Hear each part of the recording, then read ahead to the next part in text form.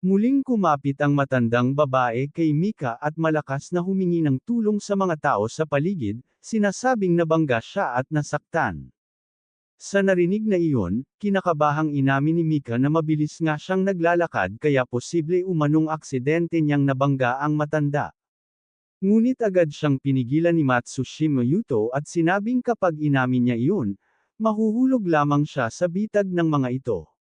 Nagtaka naman si Mika dahil hindi niya agad naunawaan ang ibig sabihin ni Matsushima Yuto. Tumingin si Matsushima Yuto sa matandang babae at napaisip kung automatikong nag-a-activate ang kanyang kakayahan sa tuwing nagtutuon siya ng pansin sa isang bagay. Pagkatapos noon, ipinaliwanag niya kay Mika na noong halos 3 sentimetro na lamang ang pagitan ng kanilang mga katawan, kusa nang bumagsak pasulong ang matanda. Idinagdag pa niya na may mga taong may hawak ng kamera na nakapwesto 3 metro sa likuran ni Mika, 7 namang metro sa unahan, isa pa sa ikalawang palapag sa bahaging nasa 45 degree, at isa pa sa ika-4 na palapag na nakapwesto sa 70 degree, ayon kay Matsushima Yuto, perpekto ang pagkakapwesto ng mga ito upang makakuha ng kuha mula sa harapan at sa itaas. Sa narinig na iyon, agad na naunawaan ni Mika ang sitwasyon. Dagdag pa ni Matsushima Yuto na hinala lamang niya iyon, ngunit mukhang sanay na ang mga taong iyon sa ganoong uri ng panloloko. Dahil dito, tinanong niya si Mika kung may nagawa ba itong ikinagalit ng ibang tao kamakailan. Napaisip naman si Mika sa kanyang tanong. Pagkatapos noon, lumapit siya sa matandang babae at seryusong sinabi na bagamat humihingi siya ng paumanhin, sigurado siyang hindi niya ito nabangga. Habang nakaupo sa sahig, galit na itinuro siya ng matanda at sinabing may mga security camera naman sa ospital kaya hindi siya makakatakas sa katotohanan. Buong kumpiyansang sumang-ayon si Mika na suriin ang mga security camera, ngunit ipinaliwanag niyang hindi kayang ipakita ng ordinaryong footage ang eksaktong nangyari sa loob lamang ng ilang millisecond. Pagkatapos noon, umupo siya sa tabi ng matanda at ipinaliwanag na mayroon ng software na kayang mag-suri ng video footage sa sobrang bagal na bilis, hanggang sa ika-1,000 bahagi ng 1 segundo. Idinagdag pa niya na kapag ginamit nila iyon, tiyak na lalabas ang buong katotohanan. Sa narinig na iyon, agad na kinabahan ang matandang babae. Habang seryusong nakatingin dito, sinabi ni Mika na mahal ang naturang software. Ipinaliwanag niyang kung mapatutunayang siya ang may kasalanan, sasagutin niya ang lahat ng gastusin at kabayaran. Ngunit kung mapatunayang wala siyang kasalanan, ang matanda naman ang magbabayad sa halaga ng software at sa kaukulang danyos. Dahil sa mga sinabi ni Mika, agad na tumayo ang matandang babae at mabilis na tumakas kasama ang kanyang mga kasamahan habang sinasabing kailangan na nilang umatras. Sa nakita niyang iyon, agad na napagtanto ni Mika na sinusubukan lamang pala siyang lokohin at perahan ng mga ito. Sa pagtataka, tinanong siya ni Matsushima Yuto kung mayroon nga bang ganoong kahangahangang software. Nakangiting inamin ni Mika na kasinungalingan lamang iyon, ngunit sa tingin niya ay naging kapanipaniwala naman ang kanyang sinabi. Dahil dito, hindi napigilan ni Matsushima Yuto at Mika na matawa sa nangyari at sa paraan ng kanilang pagharap sa mga manloloko. Pagkatapos noon, ipinakilala ni Mika ang kanyang sarili kay Matsushima Yuto at nagpasalamat sa pagtulong nito sa kanya. Agad din namang nagpakilala si Matsushima Yuto.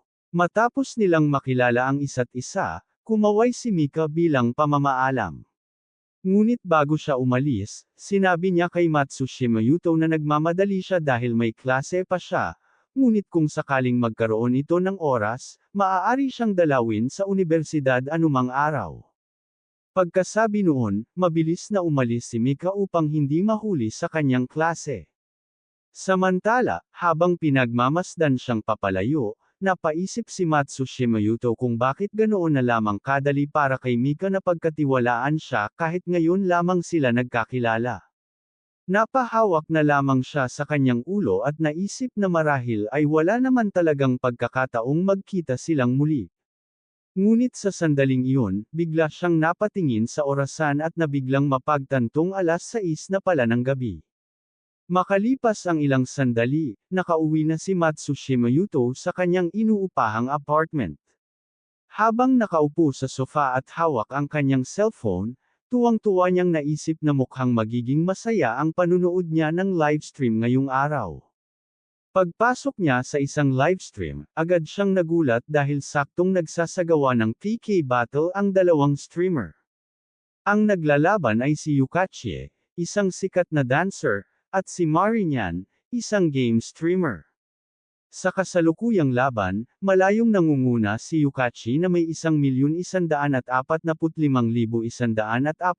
popularity points, samantalang si Marinyan ay mayroon lamang 19,172. Habang sumasayaw, sinabi ni Yukachi sa kanyang mga manunood na mahal niya ang lahat ng patuloy na sumusuporta sa kanya. Dahil dito, agad namang napuno ng komento ang kanyang livestream. May mga nagsasabing siya ang may pinakamagandang visuals, may mga humihiling na pakasalan niya sila, at may ilan ding nagsasabing napakaganda niya ngayong araw. Samantala, sa livestream ni Marinyan, hinikayat nito ang kanyang mga manunood na tulungan siyang manalo laban kay Yukachi. Mabilis ding napuno ng komento ang kanyang livestream. May mga nagsasabing napaka-cute niya, may mga nagsabing bumoto na sila para sa kanya, at mayroon ding naniniwalang siya lamang ang karapat-dapat na manalo. Habang papalapit ang pagtatapos ng PK battle, seryusong sinabi ni Yukachi na mukhang siya na naman ang magwawagi. Dahil game streamer si Marinyan, iminungkahi pa niya na gawing parusa rito ang paglalaro gamit lamang ang kanyang mga paa. Dahil dito, lalo pang naging aktibo ang kanyang mga tagahanga. May ilan pang nagsabing handa nilang gastusin ang kanilang buong allowance o kinita sa part-time job para lamang suportahan siya. Samantala, habang pinapanood ang livestream, ginamit ni Matsushima Yuto ang kanyang kakayahang, "My eyes are like a ruler," upang suriin si Yukachi. Pagkatapos noon, nag-iwan siya ng komento na bagamat mahahaba ang mga binti ni Yukachi, tila hindi tama ang proporsyon nito at mukhang may distortion pa sa mesa na nasa kanyang tabi. Sa nabasang komento, agad na nena si Yukachi at sinabing ganoon na talaga ang kanyang pangangatawan mula pa noong una siyang mag-stream. Tinanong pa niya kung unang beses ba nang nagkomento sa kanyang livestream at hiniling na itigil na ang mga negatibong komento.